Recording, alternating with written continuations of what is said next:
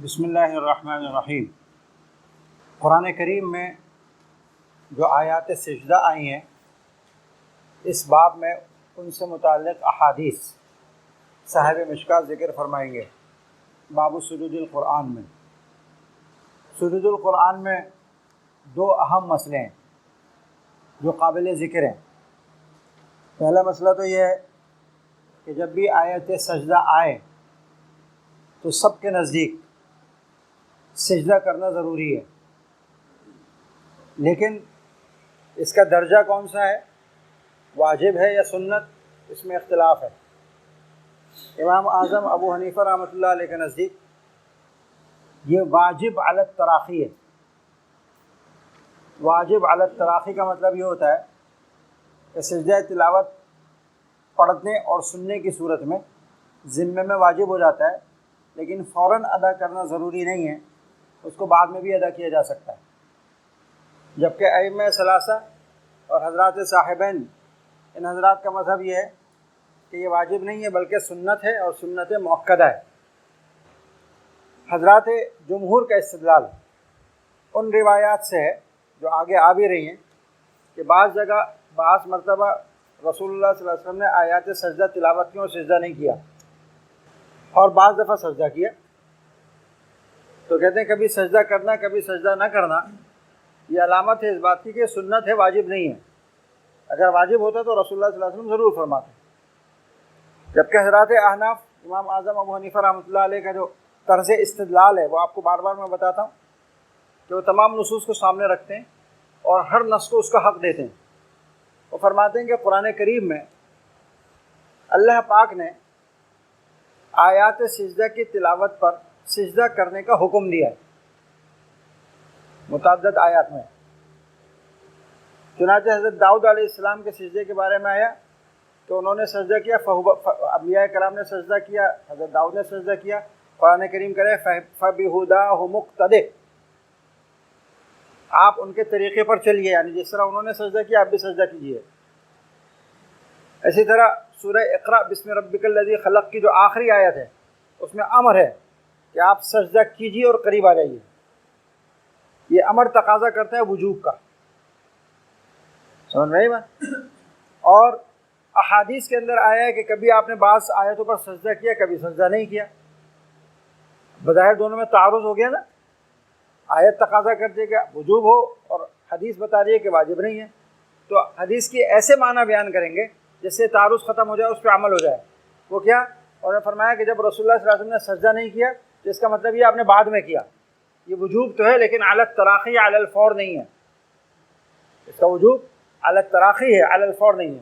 تو حدیث سے علی التراخی ثابت ہوا اور قرآن سے وجوب ثابت ہوا۔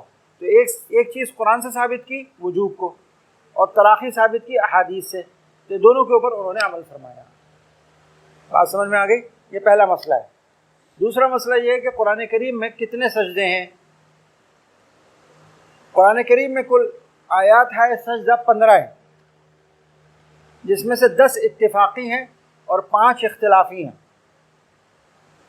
10 آیتوں کے بارے میں تمام ائمہ کا اتفاق ہے کہ اس میں تو سجدہ ہے ہی، لیکن 5 کے بارے میں اختلاف ہے، بعض کہتے ہیں سجدہ ہے، بعض کہتے ہیں سجدہ نہیں ہے۔ وہ 5 کون سی ہیں؟ سورہ صاد کا سجدہ، سورہ حج کا دوسرا سجدہ، اور سورہ نجم کا سجدہ، سورہ انشقاق کا سجدہ، اور سورہ علق کا سجدہ۔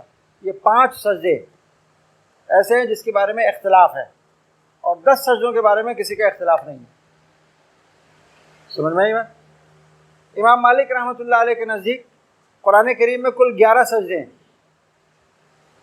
10 اتفاقی اور ایک سورہ صاد کا سجدہ، کہتے ہیں 11 سجدے ہیں۔ وہ سورہ حج کا دوسرا سجدہ اور آیات اور مفصلات کے 3 سجدے، یعنی نجم، انشقاق اور علق، ان کے سجدے نہیں مانتے۔ وہ کہتے ہیں کل 11 سجدے ہیں، 10 اتفاقی اور ایک سورہ صاد۔ سمجھ میں آئی بات؟ امام احمد ابن حنبل رحمۃ اللہ علیہ کے نزدیک قرآن کریم میں 15 سجدے ہیں، وہ سارے کے سارے مانتے ہیں، اور انہوں نے کسی کا استثناء نہیں کیا۔ امام شافعی اور امام اعظم ابو حنیفہ رحمۃ اللہ علیہ کے نزدیک 14 سجدے ہیں،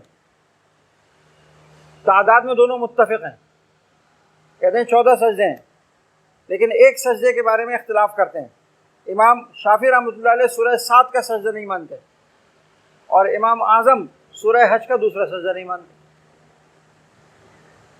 15 میں سے سورہ 7 امام شافعی نہیں مانتے اس کا سجدہ، کہتے ہیں یہ سنت نہیں ہے، اور امام اعظم سورہ حج کا دوسرا سجدہ نہیں مانتے۔ سمجھ میں آ گئی بات؟ سورہ 7 اور سورہ حج کا دوسرے سجدہ، ان کے بارے میں استدلال کرتے ہیں امام شافعی رحمۃ اللہ علیہ۔ مشکات میں آگے روایت آ رہی ہے کہ سورہ 7 کا سجدہ لیس من عزائم السجود، لیس من عزائم السجود، یہ ایسے سجدوں میں سے نہیں ہے کہ جس کو ضرور کیا جائے، جس کا سجدہ کرنا عظیمت ہو۔ امام شافعی کہتے ہیں دیکھو اس کے اندر نفی ہے۔ حضرات احناف ان روایت سے استدلال کرتے ہیں جس میں سورہ 7 میں سجدہ کرنا ثابت ہے، اور اس روایت کو کہتے ہیں کہ یہ منقطع ہے، انقطاع کی وجہ سے یہ قابل استدلال نہیں ہے، انقطاع کی وجہ سے یہ قابل استدلال نہیں ہے۔ آپ کے نزدیک بھی قابل استدلال، امام شافعی منقطع حدیث کو قابل استدلال نہیں مانتے۔ رہا سورہ حج کا دوسرا سجدہ، امام اعظم فرماتے ہیں کہ سورہ حج کا دوسرے سجدے میں پہلے آ رہا ہے ارکعوا واسجدوا، اسجدوا سے پہلے کیا آ رہا ہے؟ ارکعوا، اور امام صاحب فرماتے ہیں کہ جہاں پر بھی سجدے کے ساتھ رکوع کا لفظ آئے گا اس سے سجدہ صلاۃ مراد ہوتا ہے، دوسرا سجدہ مراد نہیں ہوتا، لہٰذا اس سے سجدہ صلاۃ مراد ہے۔ سمجھ میں آ گئی بات؟ لیکن ہمارے مشائخ یہ فرماتے ہیں کہ چونکہ جہاں ائمہ مجتہدین کے اختلاف ہو جائے وہاں اختلاف سے نکلنا افضل ہے، ایسا کام کرو جو سب کے نزدیک صحیح ہو جائے۔ حضرت تھانوی رحمۃ اللہ علیہ فرماتے ہیں کہ سورہ حج کا دوسرا سجدہ اگر نماز میں آ جائے تو آیت سجدہ پہ رکوع کر لو، تو امام شافعی کے نزدیک بھی تمہارا عمل ہو گیا، اور احناف کے نزدیک بھی صحیح ہے ایسا کرنا۔ اور اگر نماز کے باہر اس کی تلاوت کرو تو اس کا سجدہ کر لو، کیونکہ احناف منع تو نہیں کرتے نا، یہ تو نہیں کہتے کہ حرام ہے یا ناجائز ہے یا مکروہ ہے، انہوں نے اس کے وجوب کا انکار کیا ہے، احناف اس کے وجوب کے منکر ہیں۔ سمجھ میں آئی بات؟ اور جب آپ سجدہ کر لو گے تو امام شافعی کے قول کے مطابق عمل ہو جائے گا۔ تو اس لیے عملاً تو ہمارے مشائخ کہتے ہیں قرآن میں 15 ہی سجدے ہیں، عملاً کیا ہیں؟ 15، اور علماً 14 سجدے ہیں۔ اگر علمی اعتبار سے دیکھیں، دلائل کے اعتبار سے دیکھیں تو ہم مقلد ہیں، امام اعظم کے 14 کے قائل ہیں، لیکن جب عمل پہ آتے ہیں تو ہم 15 کے 15 کرتے ہیں۔ سمجھ میں آ گئی بات؟ تو میں نے پوری بحث آپ کو خلاصہ کر دی سجود القرآن کی، اب دیکھتے جائیے احادیث۔ حضرت عبداللہ ابن عباس رضی اللہ تعالیٰ عنہ فرماتے ہیں کہ نبی کریم صلی اللہ علیہ وسلم نے سورہ نجم میں سجدہ کیا، اور تمام مسلمانوں نے، مشرکین نے، جنات نے، انسانوں نے، سب نے سجدہ کیا۔ یہ حدیث دلیل ہے جمہور کی، مالکیہ کے خلاف۔ مالکیہ کس کے قائل ہیں؟ کہتے ہیں مفصلات میں سجدہ نہیں ہے، یعنی سورہ نجم کا سجدہ نہیں ہے۔ جمہور کہتے ہیں دیکھو یہ حدیث میں نبی کریم صلی اللہ علیہ وسلم کا سجدہ کرنا ثابت ہے، لیکن اس حدیث کے ذیل میں ایک بات سمجھنے کی ہے، وہ یہ ہے کہ مسلمانوں نے سجدہ کیا، یہ تو سمجھ میں آیا، مشرکین نے کیوں سجدہ کیا؟ مشرکین تو اسلام کے قائل نہیں ہے، جنات اور انسان نے سجدہ کیا، چلو سمجھ میں آیا، مشرکین نے سجدہ کیوں کیا؟ اس کے بارے میں آپ نے جب تفسیر پڑھی تھی تو ایک قصہ پڑھا ہوگا غرانیق العلا کا۔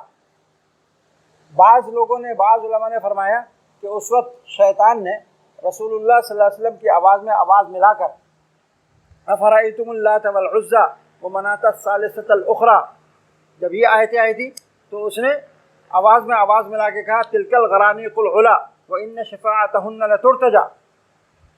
تو مشرکین خوش ہو گئے کہ ہو محمد نے تو ہمارے لات منات کی تعریف کر دی، ہمارا تو جھگڑا ان کے اوپر، ہمارا ان سے اس کے اوپر تھا کہ آپ ہمارے بتوں کو کچھ نہ کہیں، ہم آپ کے دین کو کچھ نہیں کہیں گے، تب تو جھگڑا ہی ختم ہو گیا۔ جب جھگڑا ختم ہو گیا تو سجدہ کرو، جب یہ سجدہ کریں تو ہم بھی سجدہ کریں گے۔ یہ قصہ بعض تفسیری روایت میں آتا ہے، تمام علماء کا اس پر اتفاق ہے، محققین کا اس پر اتفاق ہے، یہ من گھڑت قصہ ہے، اس کو بیان کرنا بھی جائز نہیں ہے عوام کے سامنے۔ علمی اس کی غلطی بتانے کے لیے، اس کا باطل ہونا بتانے کے لیے طالب علموں کے سامنے تو بیان کیا جا سکتا ہے، لیکن عوام کے سامنے اس کو بیان نہیں کیا جا سکتا، اس کا بیان کرنا جائز نہیں ہے۔ کیوں کہتے ہیں؟ اس لیے کہ یہ عصمت انبیاء کے سے متعارض ہے یہ قصہ۔ اللہ جل شانہ نے انبیاء کرام کو معصوم بنایا ہے عن الاثم والشیطان، دونوں سے حفاظت کی ہے۔ اگر شیطان آپ کی آواز، آپ کی جیسی آواز بنا کر یہ بات کر سکتا تو وہ تمام حدیثیں اس میں رد ہو جاتی ہیں جن احادیث میں آیا ہے کہ رسول اللہ صلی اللہ علیہ وسلم نے فرمایا کہ الشیطان لا یتمثل بی، شیطان میرے جیسی صورت یا کوئی چیز نہیں بنا سکتا۔ تو آواز تو بنا لی اس نے، تو ان حدیث کی تردید ہو جاتی ہے، اس سے مغالطہ، اس حدیث سے تعارض ہوتا ہے، اس سے اس قصے کو سب نے مسترد کر دیا۔ پھر سجدہ کیوں کیا تھا؟ مفسرین نے فرمایا، علماء نے فرمایا کہ رسول اللہ صلی اللہ علیہ وسلم جس وقت یہ آیت تلاوت کی تھی، آیت سجدہ اور سورہ نجم، تو ساری کائنات، انس و جن، مسلم و کافر، مشرک و موحد، حتیٰ کہ شجر و حجر، درخت، یہ ساری چیزیں اتنی متاثر تھیں اور ایسا ان کے اوپر انفعالیت تھی اس تلاوت کی کہ سب نے سجدہ کیا، حتیٰ کہ شجر و حجر نے بھی سجدہ کیا، حتیٰ کہ جانوروں نے اور پرندوں نے بھی سجدہ کیا۔ تو مشرکین کیا چیز ہے؟ یہ بھی جبراً، مجبوراً ان کو بھی سجدہ کرنا پڑا، یہ غیر اختیاری طور پر سجدے میں گر گئے۔ اس کیفیت سے جو ایک ماحول پر طاری ہوئی تھی، ایک روب یا ایک جو حال طاری ہوا تھا ماحول کے اوپر، اس سے مشرکین متاثر تھے اور اس سے متاثر ہو کے مجبوراً، اپنے اختیار سے نہیں، حال سے مجبور ہو کر انہوں نے سجدہ کیا تھا۔ البتہ ایک بدمعاش تھا ایسا جس نے اس وقت بھی تکبر کیا اور سجدہ نہیں کیا، اس نے تھوڑی سی مٹی اٹھا کے اپنے سر پہ لگا لی تھی اور کہا تھا یکفینی ھذا، میں سجدہ نہیں کروں گا، اتنا تکبر تھا اس کے اندر۔ یکفینی ھذا، یہ ولید تھا، ولید ابن مغیرہ، یہ اس نے سجدہ نہیں کیا تھا، اس نے مٹی اٹھا کے سر پہ لگا لی تھی اپنے۔ اور یہ سارے کافر، یہ ولید بھی غزوہ بدر میں یہ مردہ ہو کر قلیب بدر کے اندر پھینکا گیا تھا۔ تو یہ قصہ یہاں پر جو آیا ہے یہ وہ قصہ ہے۔ وَمِن ذُرِّيَّتِهِ داؤد و سلیمان، یہ والی آیت پڑھی پوری آخر تک، اور آخر میں پڑھا فَبِهُدَاهُ مُقْتَدِهْ، کہ آپ بھی ان کے طریقے پر چلیے، اور فرمایا نبیکم صلی اللہ علیہ وسلم ممن امر ان یقتدی بہم، تمہارے نبی کو حکم دیا گیا ہے کہ حضرات انبیاء کرام جو گزر گئے ان کے طریقے پر چلتے رہیے۔ تو وہ سجدہ کا حضرت داؤد نے سجدہ کیا تھا، لہٰذا ہم بھی سجدہ کریں گے۔ ظہر کی نماز میں چونکہ سری تلاوت ہوتی ہے تو پتہ نہیں چلا کہ آپ نے سجدہ کیوں کیا، لیکن سجدہ کیا تھا۔ تو وقت سے اندازہ لگا کہ آپ نے اتنی لمبی تلاوت کی ہے، تو آپ نے الف لام میم سجدہ تلاوت کی ہے، اس میں اتنی دیر کے بعد سجدہ آتا ہے، تو راوی نے اندازہ لگایا کہ آپ نے ضرور الف لام میم تنزیل سجدہ تلاوت کی تھی جس کی وجہ سے سجدہ کیا۔ تو معلوم ہوا اگر سرن بھی تلاوت ہو رہی ہے تب بھی سجدہ کیا جائے گا۔ یہ دعا پڑھنا مستحب ہے، جب آیت سجدہ تلاوت کریں اور سجدے میں جائیں تو 3 دفعہ سبحان ربی الاعلیٰ پڑھ کے پھر سجد وجہی للذی خلقہ وشق سمعہ وبصرہ بحولہ وقوتہ، یہ دعا پڑھنا مستحب ہے۔ حضرت عبداللہ ابن عباس رضی اللہ تعالیٰ عنہما فرماتے ہیں کہ ایک صحاب رسول اللہ صلی اللہ علیہ وسلم کی خدمت میں آئے۔ یہ صحاب جو ہیں یہ حضرت ابو سعید خدری رضی اللہ تعالیٰ عنہ، صحابی رسول، یہ آئے خدمت میں اور آ کر عرض کیا کہ یا رسول اللہ، میں نے گزشتہ رات ایک خواب دیکھا سوتے ہوئے۔ میں نے کیا دیکھا؟ کأنی اصلی خلف شجرہ، میں ایک درخت کے پیچھے نماز پڑھ رہا ہوں، فسجدت، تو میں نے سجدہ کیا، تو فسجدت الشجرۃ لسجودی، تو درخت نے بھی میرے ساتھ سجدہ کیا، جیسے میں نے سجدہ کیا تو درخت بھی سجدے میں چلا گیا۔